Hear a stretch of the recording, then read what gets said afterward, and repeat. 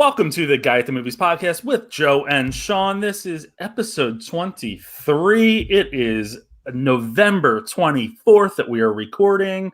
We are so happy to be here. We have a ton of news to get through and a ton of dad jokes to tell. So let's start with our resident father here of jokes. Okay, let's start over with that joke. Be very careful, because that would be the weirdest way to announce that. Sean, I was entering the priesthood. Sean, how's it going? It's going absolutely lovely. I'm ready. I just got pretty much all of my therapy appointments are moved to today because of the short week. So right then and there, I'm just absolutely ready to just tell you guys everything about what's wrong with me. So let's start at page 1. No. First of all, I just want to say at the top of this, thank you. He's got a little clipboard for me. I want to say at the top of this that this podcast is coming out on Wednesday, and it is coming out on Wednesday, November 25th. That is when my beautiful fiance, Sam, will be turning 30 years old. And so I wanted to just wish at the top a happy birthday to her. She's wonderful. She definitely doesn't want to come on the pod right now. She's very busy with other stuff. But I'm just absolutely, I could go for 2 hours with that, so I won't. But she is just absolutely wonderful, amazing, beautiful woman. And happy birthday to you, Sam. I hope you enjoy your 30th birthday. Do you have anything good planned for her? Do you want to spoil it here like you almost did the engagement? That was bad when I almost did. I mean, I spoiled it by being too scared to actually say anything during the podcast. So that was, but no, we have a lovely day. It's tricky with quarantine, and especially with I recently had to go full blown quarantine because I was exposed to someone. I've tested negative, so I think I'm okay. I think we're gonna have a lot of family come over in the driveway, and it'll be a nice, lovely day. There you go. Very good. Well, we do have a lovely guest with us this week, returning once again. BrandoCritic, what's going on up there? Not too much. What's funny is I was going to say that I'm actually at work right now, and I'm getting a work phone call, so I will be right back. I'm actually serious. Anyway, here we go. So listen, about Sam. Brandon did warn me that was going to happen. Sam just asked us to bleep out her age for the recording. So she does not want us to say that she's going to be 30 tomorrow. So we'll have to bleep out the fact that she is 30. And I will try to find any time that we mention that she is 30 in the podcast. You just got to make sure, you got to think about when we said that she is 30 and zero in on when she is 30. And then we'll make sure that, we'll bleep out when we say that she's 30. And if you're not here for the rest of the week, we know why. You have been murdered. Oh, wait, no. Apparently you do. We're in quarantine. You can't come here. Exactly. Anyway. All right. So let's move on a little bit. We've had quite the week of movie news that we'll get to, but we want to start off with what we've been watching. I'm going to turn to you first, Sean, because you have a lengthier list, but we have 2 that bleed over. So hit me. So the ones I went over, and if we want to talk about these together, we can a little bit later. But just right from the beginning, Run, really good basic thriller. Yeah. And basic thriller sounds like an insult. It's not. This one was really just well done perfectly. The next one is The Orange Years, the documentary about the rise of Nickelodeon. The one thing that bothered me about that documentary is they tried to make it the rise and fall. And it's no, that's not what happened with Nickelodeon. They're but then they had SpongeBob and made billions of dollars. It's it seems a little bit odd that was how they ended that one. Well, listen. Let's talk about that for a second. Okay. I don't think it was a fall. I think what they did was spent the first, hour and 20 some minutes explaining that there was a kids focus throughout the entire development of Nickelodeon, which kept them from a lot of those merchandising deals and things like that. But when you had big hits like SpongeBob and Dora the Explorer, and the way that media had shifted, you had to go into that. I don't know that it was a fall. The only fall for Nickelodeon is they canceled Legends of the Hidden Temple. I just can't ever forgive them. I mean, that might not be the only fall, but I look at it as, it was just tricky because I loved the entire documentary. And then at the very end, it's then they started selling toys about SpongeBob. And I'm okay. They're still listening to kids. They still love kids. Yeah, they're bleeding money from them for toys, which is always a little bit But there was something about it where like I understood what they were doing, but they just rushed it really quick. Like, it was just like beautiful. We talk about kids, and then all of a sudden, SpongeBob bad. Yeah, SpongeBob and Dora fucked everything up. It was like, whoa, that was very quick, very fast. Brandon, just to catch up, we're talking about the Orange Years, which is a documentary on Nickelodeon or about Nickelodeon. Okay. And what Sean was just pointing out was that the whole movie talks about sort of their kids focus the entire time, and then sort of changes tune near the end when it's like, and then SpongeBob and Dora the Explorer came around and they made millions and merchandise out the ass and stuff like that. Yeah, absolutely. It's funny. I never watched SpongeBob as a kid. I might be like one of the only kids, like, and it was my generation too. Yeah. I just, for some weird reason, we just never watched SpongeBob. I don't know. Maybe it was like my parents saw it and they're like, oh, this is silly. This is ridiculous. I'm not too sure. You'll have to ask them, but go get them. Yeah, it's so funny. Like at my work, I have whenever just like a random phone call comes in just about like some weird rental and it's not about a certain show, they all come to me. So I just get the most random phone calls and just people who are like, oh, how much it would cost to get like this thing, which I don't know the name of. I don't know what you're trying to rent, dude. So anyway, send me a picture. Yeah, I just told him to email me. I'll deal with it later. There you go. All right, we're in the middle of what Sean's been watching. Sean? So the next one was the Jude Law, Carrie Coon marriage drama, The Nest, which could have been way better, which is an unfair critique of a movie. But in this case, it was trying to be something that it didn't reach the heights to be. I know that's a little bit of an odd way to say it, but I was a little bit bummed out. I thought that, like, they didn't really connect the puzzle pieces very well, and it kind of bummed me out. I watched, Sam wanted to watch The Sound of Music last night. Very disappointed. Not one scene with Riz Ahmed. I think I watched the wrong movie. And then, oh, come on. The dad jokes. Here we go. Yeah. The next two, or the next three, excuse me. But the next two, If Anything Happens, I Love You from Netflix. It's a 12-minute animated short that will make you cry and make you feel devastated. And it is absolutely heartbreakingly beautiful. Definitely watch it. The Star Wars Lego Holiday Special, I thought it was average, and by saying I thought it was average, people considered that me saying that Jesus was average. But personally, I think that was a very, very, very well written, like fun half of a short, and then the other half just kind of was about this holiday party trying to bring in the holiday special there. I think they had a really, really fun idea that had nothing to do with the holidays that was way better, and they should have stuck with that, which was very funny and very well done. I watched today Belushi, the documentary on Showtime about John Belushi. Absolutely incredible. I'm still working on my notes for that one, so I got to keep my thoughts in my head. But it was a very beautiful, well done documentary for something like pretty straightforward, but still pretty great. And then the one I skipped, and this is the one I want to talk about the most. This is because what's going on here is nuts. But Steve McQueen made 5 movies. Steve McQueen made 5 movies, and technically they're television, but they're not. They're not. They're gonna be nominated for Emmys, but these are absolutely not These are pure cinematic movies, right. And they are episodes. I watched the first one, Mangrove, and it is. I'm going to say this in the most simplistic fashion, and apologies for saying the most simplistic fashion, but it is literally the Black trial of the Chicago 7.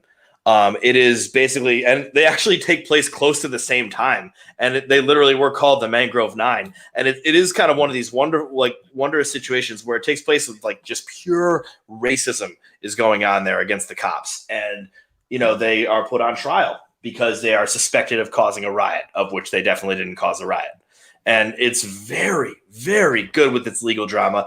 It just shows and it's unfortunate because I love Trial of Chicago 7, but it shows Steve McQueen just as a filmmaker. It's whoa, he is just bringing something very different to this in his weird aspects, his very weird camera angles that just work for some reason. I am blown away by. I can't wait to watch the rest of this quote unquote mini series, which is just, I can't wait to watch Steve McQueen's second film that he filmed He filmed 5 movies this year. I'm never going to get over that. That's insane. I love it. The guy doesn't sleep. The guy doesn't sleep at all. Not at all. That is an impossibility, but I absolutely, so that's my full list there. Really, really good movies there. Good stuff. All right, There you I'll go. let you guys go. Can I back up though? Because I missed the dad joke a little bit. I was reading the outline and I missed you talking about The Sound of Music. Did you actually watch The Sound of Music, or was it Sound of Music? So I watched The Sound of Music instead of The Sound of Metal, which stars Riz Ahmed. Yes. Okay. It wasn't good. No, it wasn't good. Like, no, I'm getting it very. I'm like in a whole nother world with this Riz Ahmed movie. So you still haven't watched that? It's not out yet. Never mind. It's not out yet, unfortunately. No, I'm still waiting on that one. But all right, we're going to bring it back together while Brandon is telling us what he's been watching. I am going to try to fucking focus. I love The Sound of Music. It is one of my all-time favorite movies. Yeah. It's amazing. Okay, well, in terms of what I've seen recently, the new movies I've seen and are coming out very, very soon. Croods, New Age. I did not expect to like that movie that much. I was thinking about giving it a 5 out of 5. Whoa! But I slept on it. I'm like, okay, if I gave it a 5 out of 5, it would have been just like the out of the theater, oh my god, that was amazing kind of chills. So I didn't do that. I gave it a 4 out of 5 because I really did enjoy it. And then Happiest Season, coming to, and this is the thing, Hulu is not in Canada, so right. It's coming to Hulu in America, but I don't know how it's coming to Canada just yet because it's from a different distributor. But that one was the LGBTQ2 plus. That's what my university was pushing. The way we say it, Christmas comedy, not bad. I actually laughed quite a few times in it. And after every Brando show, I watch a 4K movie. And so the last 2 Brando shows, I watched Wizard of Oz in glorious 4K. That movie is just perfect. It's a perfect movie. It's amazing. And then Batman Begins, which again, I forgot how much I loved that movie. And then I watched these 2 movies, and I'd never seen these before. And my reaction videos are coming out very, very soon. The Godfather. I finally saw The Godfather. And this one. Tell me about Fifth Element. Did you like it? This is the most yes. Okay. This is one of the most bizarre movies I've ever seen. It's like just put every single fucking idea that you have in a blender and just put like I'd say the best word to describe it is funky. It's a funky movie. And it's a lot of fun. It's definitely style over substance, but the style is just so crazy and wacky and over the top that it is worth a watch for sure. So I'm going to be upgrading my copy on Black Friday from DVD to 4K. I can't wait to do that. And yeah, that is what I've seen recently. So those 2 movies will have reaction videos coming very, very soon. Awesome. I love The Fifth Element. That's one of those movies that anytime it's on, I'll watch it. Right. It's such a fascinating like snapshot of a sci-fi movie in, I think it came out late 90s or 97, I think. Yeah. It's something special. Sean, have you seen it? Unfortunately, I haven't, and this is one that I've had on the list for a while. It's just one of those ones where the quarantine needs to last a couple more years because, like, at this point, it's just like I still haven't seen all the movies I've been ashamed of watching. So I'm just really like I would like to see that. And I think it's available HBO Max, I think. But like I've been looking through all of them. It's a good one. I definitely recommend it. It's very enjoyable. 97 is when it came out. And also, Jesus. Joe, Chris Tucker, that was the role that Prince was made for, right? Like, that's Prince. Yeah, but and I'll tell you that I can't see Chris Tucker in anything else without thinking about his role in The Fifth Element because it's so damn funny. It's unbelievable. My dad and I do that to each other often because he likes The Fifth Element, but we always do the like. So we're really special people. Anyway, all right, let's move on. And I guess I can tell you what I've been watching. I watched only 3 films in the past week. Was a little preoccupied, but I did watch The Orange Years, just as Sean did. I very much enjoyed it. Just an all-around good documentary on Nickelodeon, and it was very nostalgic because I remember a lot of those shows and even some other ones that I didn't remember right off the bat when they mentioned them and started talking about them. I'm like, oh yeah, I forgot about watching that. That's like back in the TRL days. It was like Nickelodeon Total Request Live on MTV, all the weird stuff that we would watch as kids. Mm-hmm. I then watched Netflix versus the World, which is another documentary from the same filmmakers. Netflix versus the World is available on Amazon Prime Video in the States, and it is exactly what you would think it would be, but it's the history of Netflix. A lot of really good interviews with individuals that are or have been involved from the beginning. A lot of them are no longer involved. Reed Hastings, the current CEO, notably was not a part of this, but the co-founder was. So it really talks through kind of how they started up back in the 90s, which was wild. You don't realize that, but they started all the way back then. And it was really good. It's one of those films that's very, very heavy on information. Right. And, when you're talking about business items in a documentary, you're not going to, it can be a little boring sometimes. But it was very informative, very well done. And then I also watched Run, which I very much enjoyed. It is cookie cutter in a lot of ways, but also just done very well. Keeps you guessing a little bit. And Sarah Paulson, I just absolutely love Sarah Paulson in this. Brandon, did you watch Run yet?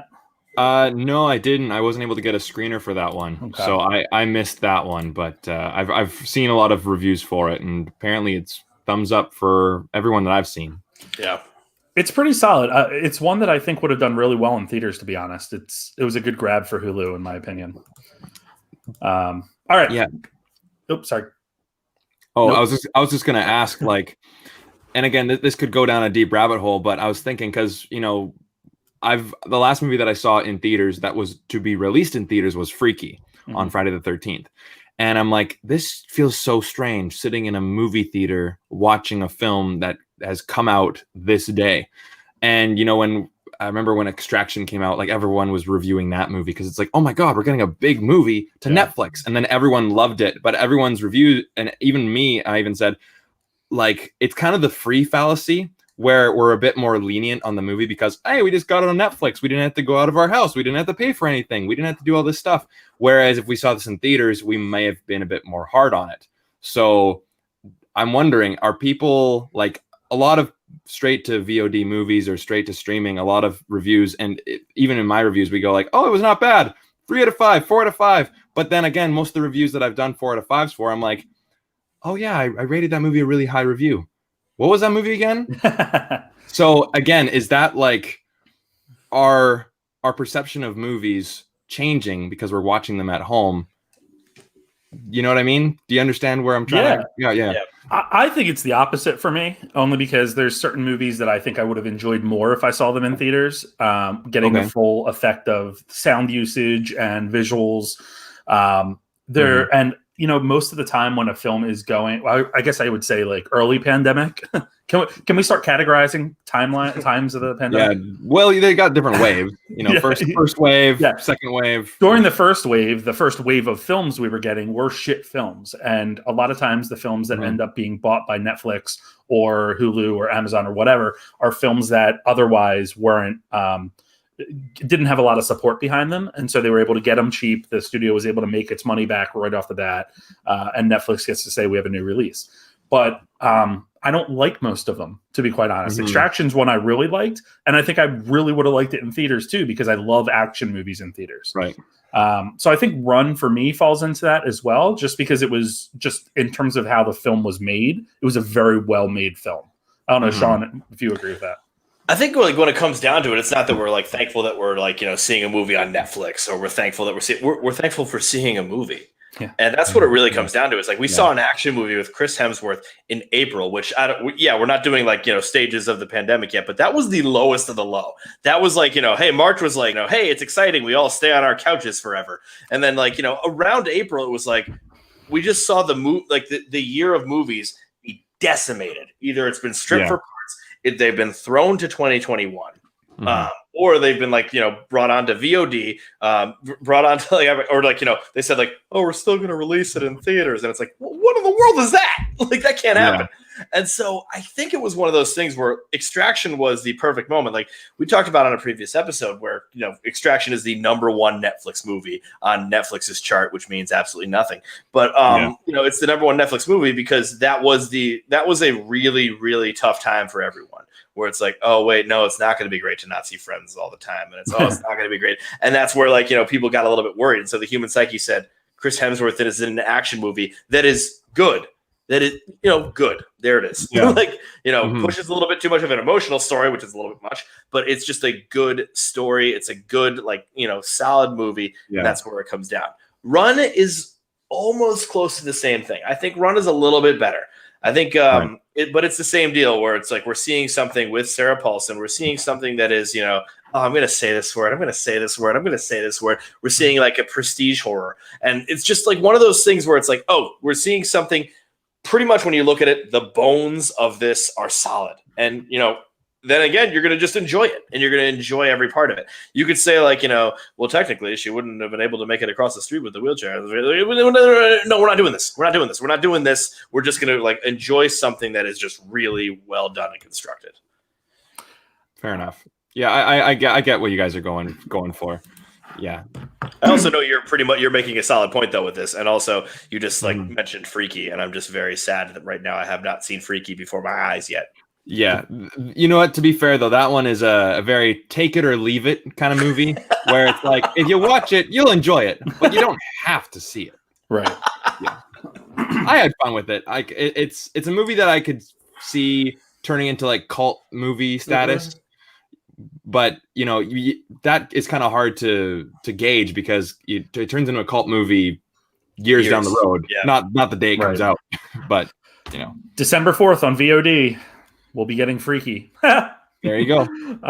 So hey, let's move into some of the news that we have. We're going to start with some of the superhero related news. First and foremost is that Black Panther 2 is set to begin filming in July, which I think is a little bit earlier than a lot of us expected, especially in the aftermath of Chadwick Boseman passing. Most of the film's cast is expected to return. I'm going to butcher this name, but Tenoch Huerta, who was in Narcos Mexico on Netflix, has joined the cast as an unnamed villain. A lot of rumors that he will be playing Namor, as Namor was teased in Avengers Endgame, with the talk of a seismic activity off the coast of Wakanda. So Namor is pretty much Marvel's Aquaman. I think it's okay to start talking about this now. What do we expect them to do with the character of Black Panther? Recast him. Really? Whoa. What other options are there? You're not going to have Chadwick Boseman in it. No, well, no. I think Letitia Wright takes over the mantle of royalty is what has been the big move. And I think recasting him is a bit of a PR nightmare, considering how beloved he is. And I understand what you're saying, but it's just one of those things where, and they did it easily with other, I don't know about other actors who passed away, but they've done it with other actors who've contractual negotiations, where I was just like, that isn't Terrence Howard when I was watching Iron Man 2. And it was, but that's a very different situation. But with this, I think that you're right. He obviously 100%, he cannot be in it.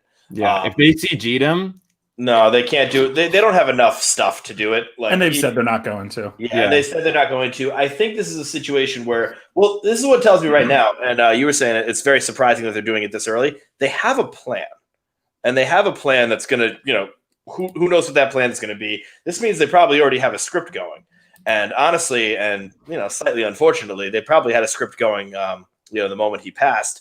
And, they started to say, all right, so we are having someone else take up the mantle. Yeah. And, I think it's got to be Letitia Wright. I think she's, first of all, I didn't mention her in the Small Axe movie, Mangrove. She's unbelievable. Not that means you become like the next Black Panther, but I think, Black Panther is not, it's a pretty gender neutral title. And, the Black Panther could be a woman. And I think she was kind of cooler than, actually she was a little bit cooler than T'Challa at times. Like she was a little bit smarter than T'Challa at times. Mm-hmm. She had that part down. Now, are we suggesting this is kind of like Q taking over for Bond? A little bit, if we're going to make that very unfair comparison. But she was also someone that kicked ass in Black Panther. And I love the idea of her being replaced. Recasting just, I did think about this, of course, and unfortunately I did, but it's just something where I don't know what avenue it goes down. I think you're exactly right. I think we're getting Suri as Black Panther. they really did make it more of an Black Panther is an idea. It's something that it's a role that you take on. And they really made that apparent in that kind of flashback, weird Lion King-esque scene where he's talking to like all the previous Black Panthers and things like that. So I do think that that's where we're going. And they kind of set her up well for this in the sense that where I see the comparison to Q, but you're also seeing that she has had a huge role in Endgame in particular, Infinity War, with trying to remove the stone from Vision. So I'm all for that. I'm just very interested to see how they make that transition if that's the route they go. Yeah, because like, what are they gonna do? Like, if they go down that route, which I think can work and will work, but is just like at the beginning of the movie, does it start with T'Challa just being gone? Does he die off screen? You know what I mean? Or do they just recast him and then bring on the mantle at the end of this movie? So it's like I can't imagine Black Panther 2 starting with T'Challa just being gone from the movie without any explanation. And if they have him pass away in the movie, I think that would just be that's a nightmare too. So it's like, well, yeah, you can give it to Suri, right? But how there's got to be how do you go about period. that? Does it just go boom? Well, my way of doing that is like we talked about how it's you can't do a CGI version of him. I think you can if he's passing a mantle. And I don't know how that goes. I don't know if that goes respectably. I don't know how that, if it's just a nod and, but it is going to be, it will be some, I really don't know. But but the biggest thing, and that's the Black Panther is an idea, and it doesn't have to be T'Challa. I want it to be T'Challa. I want him to come back. Let's just have him come back, please. I just want Chadwick Boseman back. We're also talking about a masked character, right? So we could see Black Panther in the film at the beginning in some fashion, and then they could do something where it's like the back of the head type thing or whatnot to make that transition. I don't know. I trust that they'll do it tastefully. Is Coogler directing too? He is. Okay, so he'll do no wrong, and everything that he's going to do is perfect. So I'm cool with that. So this is Coogler we're talking about. One thing I wanted to bring up here, and this is just not even like having to do with the Boseman situation, but there have been theories of Michael B. Jordan's character being alive. Yay or nay? I say nay because I think he was so perfect in the first, and his ending is perfect. But also I say yay because I love his character so much. I'm with you there. Yeah.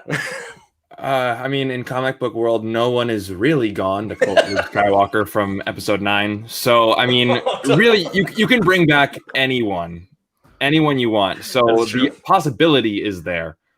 But, and again, I always use this as a crutch. I say likable characters, intriguing story, emotional investment.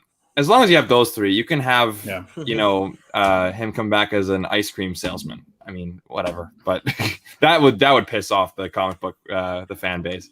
But if it works, it works. If they can do it with the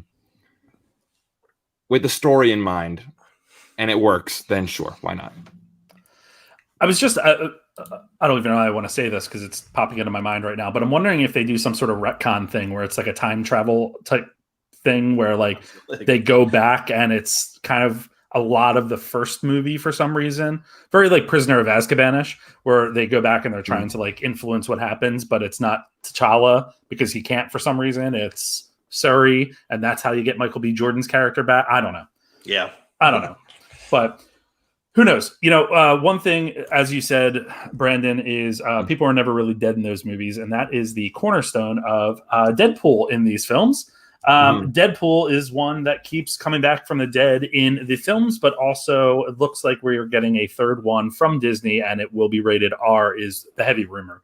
But what we found out recently is that the first steps towards a third film have been taken in that the Molyneux sisters, Wendy Molyneux and Lizzie Molyneux-Leoglin, who we're going to talk about again in a couple of minutes, they have been brought on as writers. They're best known as writers on and Emmy Award-winning writers on Bob's Burgers, the animated film or animated TV show, which I personally love.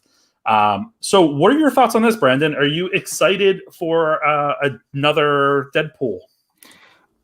I'll say, well, personally, I'll say yes because it helps the economy of my hometown. Because Ryan Reynolds being from my hometown and filming all the Deadpool movies in my hometown, and me working in a film studio in my hometown, you get the picture. But in terms of my own personal enjoyment, I enjoyed Deadpool. I enjoyed Deadpool 2. I don't love it as much as everyone else does. I don't see this as this magnum opus, right? Again, if like it's weird for me to say. It's just if they're likable characters, if they're this, then let's do it. But it's for me right now, it's very hard, very, very, very difficult for me to go, oh my god, a comic book movie's coming out? What? You know what I mean? We're getting like, you know what I mean? We're getting so many of them. It's hard for me now to get excited about a comic book movie, about a superhero movie, a third Deadpool movie in a franchise with so many different X-Men movies. But you know what? If it makes a lot of money, if it has a good story and likable characters and it's told well, then sure, let's do it. Yeah, I pretty much am following exactly what you're saying. I'm interested to see how they do it. I think it's time now that he is under the Disney umbrella, the Marvel umbrella. I want to see how they kind of bring him into the world, but allow him still to play in the R-rated mature world. I don't know how they're going to go about that, but I think there is a nice link with the X-Men that could, open some doors and make things interesting down the road. But Sean, what are your thoughts on a third Deadpool written by the Bob's Burgers writers? Well, the Bob's Burgers writers are a pretty good choice because they know how to, push an envelope on a Fox animated series. It's mainly for kids, but they can push it. They can push it. They can push it a little further. They're at the heart wholesome, or at least, Bob's Burgers is at the heart wholesome, and so Deadpool is also in its really, really messed up fashion, genuinely at the heart, kind of wholesome as well. You have the dumb puns. I mean, if anyone just wants to get a montage of the burger puns in the background of Bob's Burgers, it's truly magnificent what he goes through. But so those are the kind of dumb jokes that you can get from a Deadpool movie. I'm just curious to see how, the R-rated Deadpool movie is going to fare under the umbrella of Disney, because I don't think they have another R-rated movie yet. And it won't be like a fun little R-rated movie where fuck is said 4 times. This is going to be where most likely the main character might get blown to bits like he did in the second one.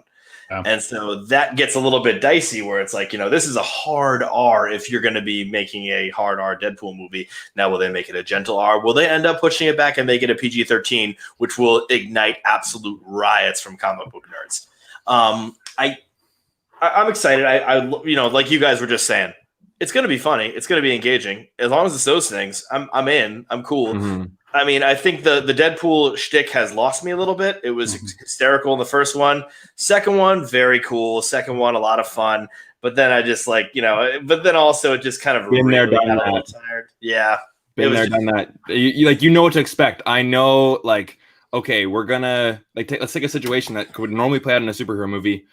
Okay, now let's put the Deadpool version on. And now we've been so enamored with Deadpool. It's like, okay, what we kind of know the humor already. So it's how can you add shock value to shock value? You know what I mean? And I see it as it's just going to be funny, and it's going to be one of those things where we'll see that opening credit scene where it's like, did the main character really just die? And it's just that's what the main character said, and we'll laugh in the theater, but I don't know how substantial it will be. Or we'll laugh on Disney Plus, which will be really funny if this R-rated movie shows up on Disney Plus. But yeah. There is a rumor out there that Disney is going to be introducing sort of an 18 plus section, which I assume would be password protected. And by 18 plus, I mean R-rated. So not saying, I just thought about old visits to the movie store where they had the neon sign in the back that was adult section. I really hope they call it Disney 18 plus. Yeah. Don't come here. So I don't know. I'm all for it. I think they have an opportunity to transition into something different with Deadpool now that he can, again, play in the same sandbox as everyone else. I really like bringing Bob's Burgers writers on because I think that one thing about Bob's Burgers is it's very fresh and very intelligent with the jokes that it makes and the way that it stays relevant. So we'll see. All right. Next story, we're getting another film that has Shark Boy and Lava Girl. Any comments on this, or can we move on? Wait, I want to say one thing in what you wrote, and this is just going to be my favorite thing in the world. Taylor Dooley returns as Lava Girl. Though Taylor Lautner, the original Shark Boy, has been replaced with JJ Tasha. Hey guys, was Taylor Lautner busy? Oh, that's my whole thing. It's not like he had anything else going on. Yeah. Wow. It's so funny. I was actually talking about this with my sister. And so like, oh, jeez. Is he going to work? No, it's my mom. She can wait. But what's happening is, so Shark Boy and Lava Girl was a movie that my sister and I saw back then. And my sister was a huge Twilight fan. So she was definitely a Taylor Lautner fangirl. And so she's actually seeing a bunch of things on TikTok and Instagram, and not from movie websites, just from like, girl pages, and saying like, oh my God, Taylor Lautner is not going to be in the new Shark Boy and Lava Girl. And it's like this huge thing. And then people are saying, he made like $40 million based on Twilight. And he is just using that money just for an early retirement, and he's living life. So it's fine. Like he's not really an actor anymore, I don't think. I mean, I can't tell you what the hell he arguably was never really an actor to begin with. Boom. Well, he was a better actor than all of us combined, I think. Fair. I feel so bad though, because it's just the Twilight series gave birth to Robert Pattinson and Kristen Stewart, and then just like and Anna Kendrick as well. And Taylor Lautner's like, I can, do emotions, and like, nope, you can't, buddy. See you later. Man. He had that action movie Abduction, which that's one of those posters that you see everywhere at like a flea market or like a garage sale. It's like there's always that one copy on the Blu-ray, just getting rid of it. It's like the Phantom Menace VHS tape in Salvation Army. You always see it. The trailer to that movie, I remember the trailer to this movie where I was just like, oh wow, he's not good in this. I could just tell already. But the trailer had this was at the height of dubstep, which was like a 13-second craze. But Sleigh Bells was playing during this trailer, where like, this is just the like very old Hollywood executive, like, what are the kids like? The dubstep, put in the dubstep in the trailer. They'll go see it. They didn't. Nobody saw it. I just, can you imagine being the person from the studio that was like getting in touch with him, casting or whatever, and was like, hey, we're doing another film, and we want you back as Shark Boy. And because I'm assuming they talk straight to him, I can't imagine he pays an agent anymore because he doesn't do anything. But and he's like, no, I'm good. Can you imagine like them going back to Robert Rodriguez and he's like, the fuck? There's a few things I'm wondering about this. Are they now going to be called Shark Man and Lava Woman, if that gets it more serious? Or this is why I did not want to talk about this story. See now I'm just so curious. This is going to be our top story. Let's go. No, but what's interesting about this is Pedro Pascal is also in this movie. I'm not kidding. I don't think I'm kidding. Somebody owes Robert Rodriguez millions of dollars. And honestly, I don't know that we're going to see too much of Shark Boy and Lava Girl in this movie. Good for Netflix because they're getting a lot of talk about it, right? So that works for them. But I don't know. Robert Rodriguez kind of gets away with doing films like this that he likes. Their daughter in the movie, her name is Guppy. She's half lava, half shark. That's pretty cute. Guppy. I can see the toys just flying off the shelves at Toys R Us. Oh wait, is Toys R Us even a thing back in the States? What? No, like probably Toys R Us. Yeah, which isn't open anymore here. We still have it. We still have it. Pedro Pascal, Priyanka Chopra, Christian Slater, Christopher McDonald. I'm so in. So one thing I want to know about, I do have to give, like, we're laughing about this because it deserves to get laughed at, but also I do give Robert Rodriguez a lot of credit. Like you were saying, he kind of just does his own thing when it comes to movies. He's a talented filmmaker, but then he'll also just kind of like go big and do something that, either his kids will just like, or just in general, like he just feels like this is just good for kids, or he sees some sort of artistic vision. I'm not saying that this is going to be good by any stretch of the imagination, but I kind of adore someone who, is at the same trajectory as Quentin Tarantino at one time. And, he kind of went down a very alarmingly different path. And so I dig that about him, honestly. The pictures that they released did look kind of cool. The one in particular was Shark Boy and Lava Girl. It's actually a neat picture. I think that it definitely plays to today's graphics, that they're able to really bring that or take that another step further. So I don't know. I'll probably watch it. It's going to be on Netflix, right? So Will the original be on Netflix? Like, that's what I need to figure out. I have that on DVD, motherfucker. So I think that's the only way to have it. Yeah, it's so funny. I actually asked my business partner. I'm like, we're getting a fucking screener for this. I don't care what I have to do. I think it'd be such a fun, like, I mean, for me, like, I'm the generation that movie came out when I was like 10 years old. Yeah.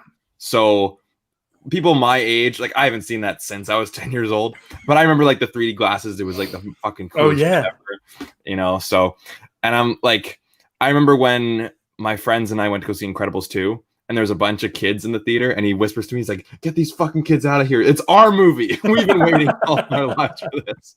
So yeah, it's kind of a movie like that. So, I mean, it's probably going to be garbage, but who knows? Who knows? Hey, we haven't seen it. We can't say anything about it yet. It's probably going to be good garbage. So let's move on to the next set of stories. We are grouping these because there's a lot of horror themed news bits that we want to cover. The first, we've covered Scream 5 quite a bit here because there was, for weeks we were getting new cast members until they got to like the 37 people that are a part of the main cast. And now we know that Scream 5 has officially wrapped, and it has an official title. The official title is Scream. I feel like this overlaps, and I can't figure out how. I feel like this will get confusing. That's like one of the issues I have is because Scream there's already a movie called Scream. Overlaps with what? Scream. But Halloween just did this. Oh, they did do it, didn't they? It's a stupid trend. This is a stupid trend. It's like, imagine if The Force Awakens came out and they called it Star Wars. I mean, it would be. They kind of did. Like, but no, I look at it. But I look at this, and this would be a very big move on Scream's part and the Scream franchise to just re-release the the first Scream under this and have people pay for it as like thinking it's Scream 5, and that would be the ultimate Scream move. Where I love this franchise, but that would be the best way for them to disappear up their own ass. Is just like just be like like we're Scream again, and then just like they're gone. But I truly think that at this time that means they're going for a full-blown reboot. And I think they've already gone through full-blown reboots, but this is their official full-blown reboot. See, I don't think that's right. And the reason I say that is because of the mix of people they have involved, but then also because we saw it with Halloween. And Halloween, when Halloween came out, it was a sequel to the first Halloween. So it was still within that line of films. Mm-hmm. And I think that's kind of what I think. So we talked a lot about this, Sean, over the past in October when we had Kevin on and we were talking about all 4 films. Each film is really kind of looking at the horror tropes that we're familiar with and the genre in general. And I think that this may be trying to play on that a little bit too, with the amount of time between this film and the 4th and some of the things that they're going to do to try to make it relevant again. So I think that's why they're going that route. I don't necessarily understand why, but I don't know. Brandon, thoughts on this? Well, again, this year was basically the first year that I ever really got into horror, right? But I had seen the first Scream movie. I enjoyed it. I haven't seen a single sequel. So in terms of where this fits in with the franchise, I have no fucking clue.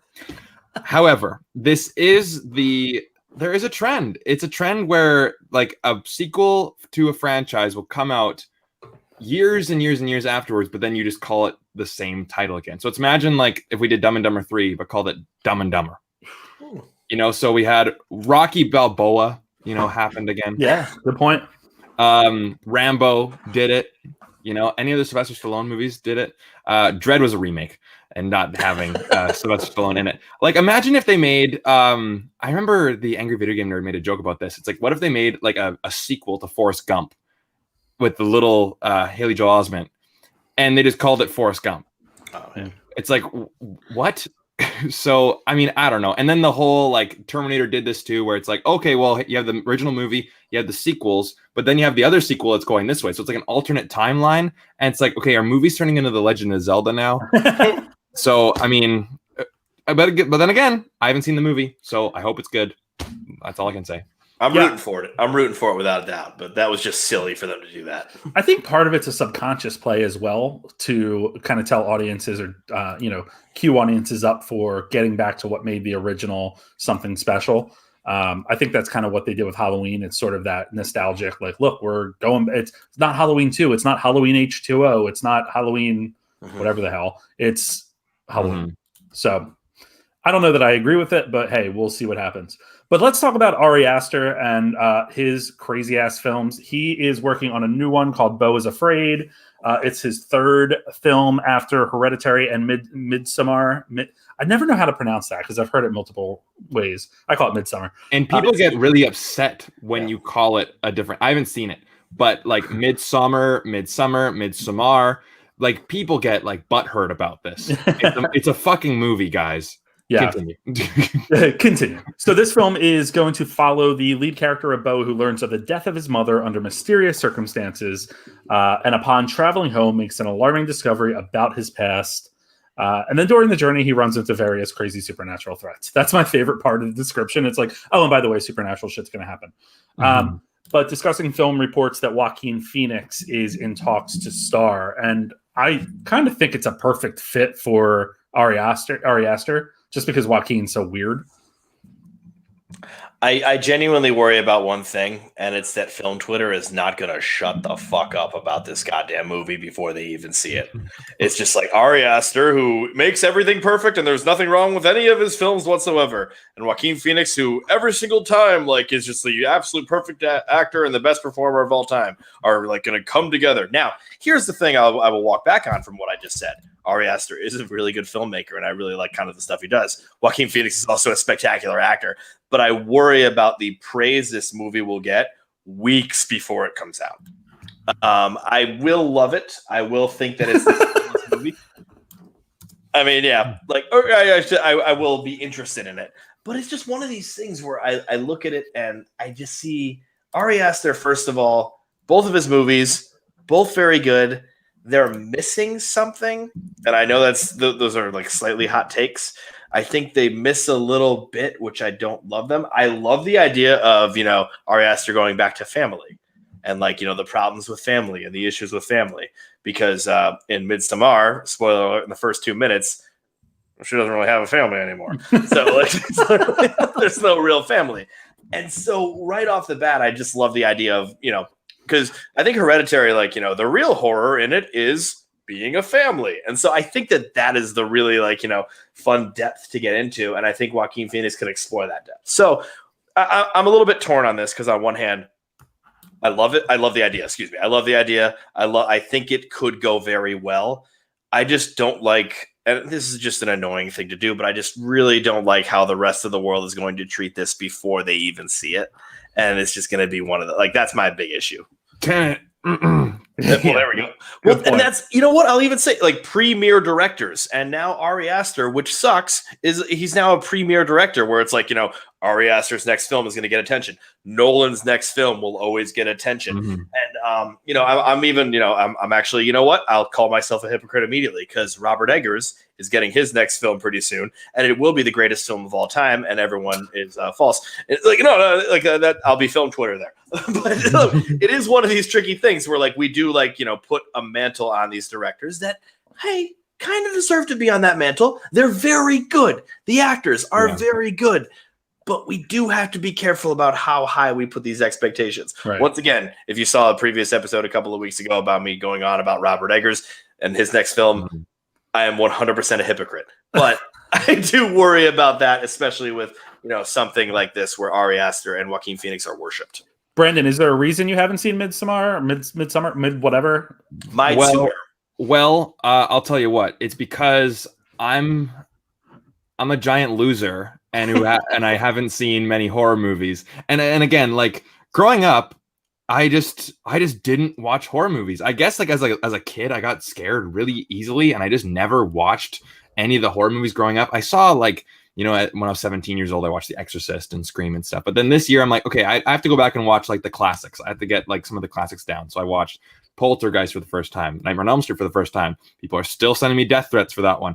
Halloween, all these things. And now I'm like, all right, well, now I've gotten most of the basics, most of the classics under wraps. So now I can watch The Conjuring or Insidious or Midsommar. So it's on the list. I'm sure it's great. I'm sure that it's getting the praise for a reason. But in terms of movie hype, I was 4 when this movie came out, but I'm sure that George Lucas was the god who could do no wrong before The Phantom Menace came out. Their directors are human beings, people. Yeah. Even Steven Spielberg has made some duds. Quentin Tarantino, like people can, I think he hasn't made a bad movie, but then some people can look at Jackie Brown or people can look at, other movies like that, Death Proof. I like Death Proof, but I mean, like, I imagine when The Sixth Sense came out, M. Night Shyamalan, then the person who brought you this great example. It's still happening. Yeah. It's still happening. Like I haven't seen all of his movies, but you've seen one, you've seen them all. Yeah. I actually like Unbreakable more. Don't shoot me. Ooh. But no, that's a good take. I like that take. Yeah. But it's like, from the guy who brought you Sixth Sense and Unbreakable. Those movies are what, 20 years old? So we talk about that with Blumhouse from the studio that brought you Get Out. Yeah. Yeah. And Fantasy Island. Do people ever ask you guys that? Like, what's your favorite A24 film? What's your favorite Blumhouse film? Yeah. For me, like, Disney's a little different, but to me, I don't really look at like the studios who released it. Like, someone asked me, what's your favorite Warner Brothers movie, Universal movie, Paramount movie, and then some other one. I'm like, see, I don't think about that stuff off the top of my head. So no, again. I mean, and here's the other reason why. Sometimes the studio that it ends up being distributed from or under doesn't have anything to do with the making of the film in and of itself. It could have been acquired by the studio down the road. So it's just, I don't know. We like to put things in buckets because that's easier for us as humans to comprehend and understand. Categorize everything. 100%. But what drives me nuts is kind of what you guys were talking about when it comes to the different directors is, Sean, you're saying like they can do no wrong, or certain ones that can do no wrong based on what we read on film Twitter and stuff. But what Brandon just said is 100% right. They're just human. And we're going to get clunkers. We're going to get those shitty movies. And we've seen it with some of the directors that I love. It's going to happen. So I don't know. It's a job. You don't fire on all cylinders every day at your job. Yeah, absolutely. I don't have a good transition for this next story, other than Channing Tatum doesn't fire on all cylinders often. But anyway, so Deadline has word that Channing Tatum is teaming with Phil Lord and Chris Miller for a modern-day monster movie based on an original idea in which Tatum will star. The trio last teamed up on 21 Jump Street, and we'll be talking about that in a second, and its sequel, 22 Jump Street. The plot or the focus is unknown, but the film is believed to be based around one of the classic Universal monsters. My thought on this is that it's going to be a comedy of some sort, that they're going to kind of roll into that realm with the monsters.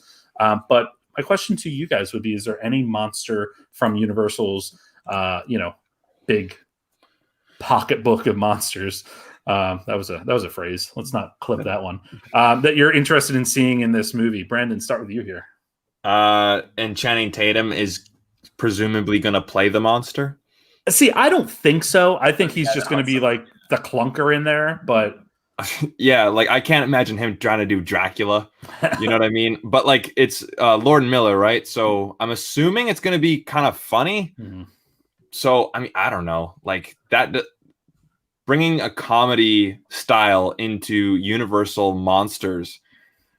I mean, it's so out of left field that it could work. What's that fish monster? Creature from the Black Lagoon. That's the one I was thinking. Let's just fucking do it. I mean, if you can make a movie that grosses $1 billion with a talking raccoon in a tree, anything's fucking possible. So, Sean, how about you? Well, I kind of look at this as this is Lord and Miller, and Lord and Miller don't have bounds. So why are we focusing on one monster here? This could be like an Abbott and Costello thing where, like, Channing Tatum plays a monster hunter or a monster explorer and runs into all of them. Because this is Lord and Miller, who, they made Into the Spider-Verse, they made the Lego movie, they made things that are kind of impossible to, make. And so, I see this as being something a lot larger and less, I don't know. I mean, that might be a little bit too large to do. if I'm going to pick my monster to go after, Creature of the Black Lagoon is an awesome pick. Awesome pick. I'm going to go with the Wolfman because, Wolfman had some great stuff, in the 80s. Like Wolfman had some great references in the 80s. You got a little Teen Wolf. You got a little American Werewolf in London. I know those aren't the classic Universal, but that's there. And then, we had what was it? Oh, God help us. 2009 or 2008 Wolfman won Best Makeup, and that was it. Benicio del Toro, no one saw it kind of movie. And I would love for him to just get another shot out there, without a doubt. So I think what's interesting about all this is that we do have a number of movies that sound similar to me that are in the works. So there's a story about Ryan Reynolds starring in an adaptation of a short story where it's basically like a parent's guide to something with monsters. I don't know. But it's a comedy that's related to the Universal monsters or incorporating them. You also have a movie from Josh Cooley who did Toy Story 4 called Little Monsters, which is a live action hybrid family friendly film that's going to feature all of the monsters. Paul Feig is making The Dark Army, which is supposedly, I think, utilizing a lot of the monsters. So we're kind of getting a little overkill with these. So it's going to be interesting to see how it sets itself apart. Is this the Dark Universe finally coming to fruition? I mean, they didn't try to force it this time, and now it shows up. I like the idea of that. I don't know. I mean, I think that are all of these under the umbrella of Universal? Are all of these able to be because it just seems like they're not exactly. They're doing the DC thing right now, where it's let's just do stories with our characters everywhere. Let's go. And, then we'll have Justice League here kind of, chilling out. And I think that's, they're just trying to maybe they're just putting out feelers. And I never knew that making movies is putting out feelers, but that might be what they're doing. Or they're just, making money and having fun. That could be what it is. I tend to think they're making money and having fun because I think they want to incorporate the Universal monsters into their parks more. That this is honestly what I'm thinking because the rumor is with the new park in Orlando, they're going to have a big Universal Monsters area, and they need to make them relevant again in order to make any money or get any excitement around that. Are they making another park? Because I know they have the two. So there's going to be three now. There's a third park called. It's going to be down the street. It's called Epic Universe, I believe. Interesting. Can I just say something? Does anyone actually give a fuck about the monsters from way back when? No. Yeah. I don't give a shit. That to me is like Universal going, shit, guys, Disney has fucking Star Wars and Marvel. What do we got? Well, we can't make a Back to the Future sequel because then people are going to get all butthurt about that. So PR, can't do that. Can we remake E.T.? Again, I don't know about that. War of the Worlds, we need another one of that. Monsters. Yeah. Guys, Tom Cruise is in it. I'm going to push back a little bit, maybe. Go for it. I will say, and this is someone that still knows very little about comic books except what I see in the movies. And, knew absolutely nothing about comic books before 2008. Sure. And when I saw the Iron Man trailer, I said, who gives a shit? So now, I don't know how comic book fans feel. I know that he's a pretty, prestige character.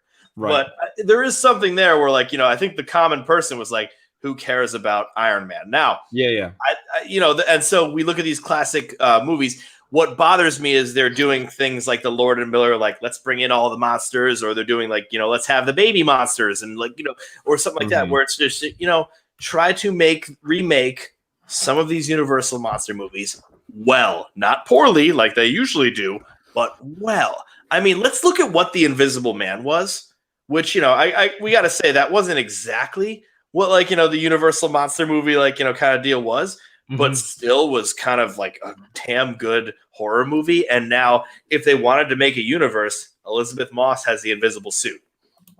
They could start going. They could start playing if they wanted to. But I don't and that would be, I don't know if she'd be the leader because she's horrifically unstable. Not Elizabeth Moss, but the character is unfortunately right. Where are you going with this? Well, she murdered someone who may or may not have been the person that was harassing him. That's one of the the fun little theories I have in Invisible Man. We actually don't know. It could have been just the brother the whole time, like it was when it was revealed. But I'm not actually going to get into that Invisible Man now, except I started to because of this monologue. But I think that you could get a team together where like, you know, you could have had Elizabeth Moss go back to the apartment and like, you know, Samuel L. Jackson has the eye patch and it's like, you thought you were the only one. It wouldn't be that way. Like, it's Dracula, like, welcome to the team. You thought you were the only one. Yeah. I get your point because, and again, like I've always said, like I've even said it in this video, like you can make a movie about anything if it's told well. Like I remember when Pirates of the Caribbean was coming out, and I'll use that example all the time, but like, what the hell is this? Disney's making a movie I want to ride? Like they're out of fucking ideas. I mean, it's a pretty fucking successful franchise. So like anything is possible.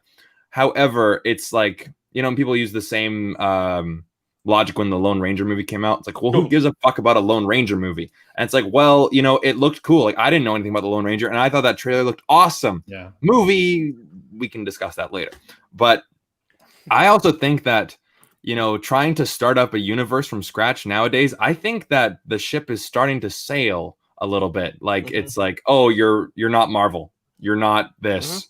So bye. Like DC started to realize that. They just sort of like, and they did their own thing where it was just like, oh, we rushed the Justice League, and I think we should have like taken more time, given each of them their movie first, and you know, we should have chilled with it. But we got a little bit more nervous because the other universe was going a little bit faster, and so they all jumped on. So now what DC is doing is just like 10 times better, which is just like, let's make movies. Let's make movies with these characters, and let's not focus on connecting them. And, you know, yes, we are getting a Justice League 2, and we're going to see how all of that goes, and we're going to see how that goes after Snyder cut situations and all that really cool stuff. But that's a rumor, by the way. That's not confirmed. That is we do not want to be responsible. Yeah. I will say not everything works in a universe, so I think trying to force that is, I think with superheroes we definitely can make it work, but with things like, you know, horror monsters, like, just doesn't make sense. So we'll see what happens. Especially when you can tell that the studios are more focused on setting up the universe to make money rather than, and I don't like to use the term cash grab. I don't think it's a really necessary term, but like Amazing Spider-Man 2, remember that? Where you can tell that there was no thought of a story here. This is, okay, let's try to set up as many sequels and universe things as we can. What you got was a disaster. If you make the movie, you make it well, and when people want to see sequels, and if it works for the story to bring in other characters from other universes or whatever, make it organically. Yeah. Well, that was also Sony trying to keep the rights to the character too. They're just like, we got to keep making movies, and that's also just as bad. Yeah, but I also think that if they made a great movie, if Amazing Spider-Man 2 was a great movie, then they would be like, hey, you know, we want to keep on. We want to keep this character. Sorry, Marvel. So yeah, we'll see what happens with that. I think they're still trying to throw shit at the wall and see what sticks, but we'll see kind of how shit is right. We'll see how it plays out. Absolutely. So one of the films that we also have learned about in the past week, which I'm actually pretty excited about because I think it sounds hilarious because I have nightmare stories about this quote unquote holiday, and it's also very timely given that here in the States, Friday is supposed to be Black Friday, but because of something called COVID-19, this is kind of like Black Friday week. But if you've ever been shopping on Black Friday, you know that it's a horrendous experience with old like grandmas that are pushing carts into you so that they can get the cheap DVD player because they think that's what their grandson wants. But what we're finding out is that director Casey Tebow is going to explore this whole concept of Black Friday in an interesting way in an upcoming sci-fi horror film starring Bruce Campbell, Devon Sawa, good for him getting a job, and Michael Jai White. The story follows employees of a toy store on Black Friday who go on a murderous rampage after being infected by an alien parasite. See, I'd rather watch that than any Universal monster movie. Same We're here. bringing back the Lost. Okay, see, like, I think with the success of Knives Out and other movies like that, I think Hollywood's going, you know what? We could try to be a little bit more creative. And I don't think that this movie's going to be like fighting with the next Avengers movie for box office. But that sounds awesome. Let's go. I'm into it. Yeah. I'm into it. For me, and we talked about this on Instagram Live. My issue with this, I'm into this. I'm seeing it. I love the idea. But my issue is they could have downgraded this a few more in the horror department because, you know, just have it be Black Friday and just like film that is horrific. But then I loved the idea of like, oh wait, the employees go on a murder rampage against these horrible customers. That sounds great too. And then it's like, because they've been infected by an alien. Oh, come on. Like I just want like, you know, a good old murderous rampage. Because I want, like, if we think about it, like, you know, we think about the retail workers, how much they have to go through. If there's that revenge murder kind of situation where they just start just like killing horrific, you know, and sorry for the name, but Karen customers and stuff like that. Sorry, Mom. I knew. See, there's always a Karen that you know who's lovely when you say it. I feel terrible. I used Betty in my post on Guy at the Movie, so I was trying to switch it up a little bit. And I have a cousin named Kyle too. Where's your monster drink? It's horrible. Go for it. You are not allowed in the States. But I just love the idea of like just like, you know, getting revenge on like, you know, just horrible people that way. I think that genuinely, I love the idea of getting revenge. It's such a great idea. It's a great revenge kind of murder situation. Yes, not in real life movies, like, but I think you bring in the alien thing, and you know what, it still could be fun. It could still be a blast and stuff like that. But I love the realistic angle that it could do. You know why they're probably doing the alien thing? Because they know that it's gonna get like all the senators are gonna be like, this is a movie about how these retail workers are killing people in malls, and it's socialist. This is socialist. This is socialism, and we need more guns to protect ourselves from our Toys R Us workers. Not in Donald Trump's presidency. This is what happens when you elect Joe Biden. He's going to take away our guns. George Bush comes back and he's like, this movie was disgusting. Make me want to puke. Yeah, there has to be a comedy element to this. Oh, God, yes. It has to be. So I'm into it. Why. Yeah. I hope it's fun. All right, so let's move on to a couple other stories that we're going to run through rather quickly. We're getting a fifth Predator film. This is going to be directed by 10 Cloverfield Lane director Dan Trachtenberg. One of the interesting pieces of this story that I think is pretty fascinating is they're kind of letting what happened at the end of Shane Black's 2018 The Predator, which I couldn't tell you about if you like held a gun to me. They're letting that go away. So they're kind of like going back to what an original idea, I guess. Do you guys like The Predator? Is this something we want to see? Don't shoot me. I haven't seen a single Predator movie. Brando, how dare you? Now I'm going to talk. I haven't seen a single entire Predator movie. I've seen the first one. And then from there, it was just, first one's great. I just never got around to seeing the others. Yeah. I will say that, you know, I'm just going to be mean. If Shane Black can't like save like a franchise, are we focusing on 10 Cloverfield Lane? I love 10 Cloverfield Lane. I'd love it more if it wasn't called 10 Cloverfield Lane and it was called whatever horror movie it was before Cloverfield bought it, which 100% Cloverfield bought it before it was actually called something. Because you know the whole thing is like, is it really a alien invasion or not? Was like, you know, the entire thing. And so when it's called 10 Cloverfield Lane, you're like, oh no, it's an alien invasion because of what's going on. So that, like, you know, it just took everything out of it, and I think that is a studio problem and not a director problem. So, you know, I guess I would be interested. It's just like, you know, Shane Black's a legend and he couldn't do anything to this. And I don't know if there was compromises made, but like, it's just unfortunate when you can't focus on Shane Black. Yeah. Right. I have a quick Predator story after Joe speaks about his thoughts. It's going to happen. Like the Predator, Alien, some of these are just, characters that we're going to see pop up and products that we're going to see pop up forever. What's interesting about this is that it is going to be the first time that it's under Disney's umbrella since they acquired Fox. So I wonder if Alien is down the road too, if we'll be seeing more of that. I think we are going to see more back to like Alien, not like Prometheus Alien. So it should be interesting, but yeah, gotcha. All I was going to say was that, like, when the first movie studio that I worked for, it was a big American company, but they just set up a little tiny shop in Vancouver. It was like one of their first projects. And hey, guys, we landed the new movie Predator. We don't have any fucking gear here. And it was a shit show trying to get that show or that movie, the Shane Black one, set up with everything. It was a disaster.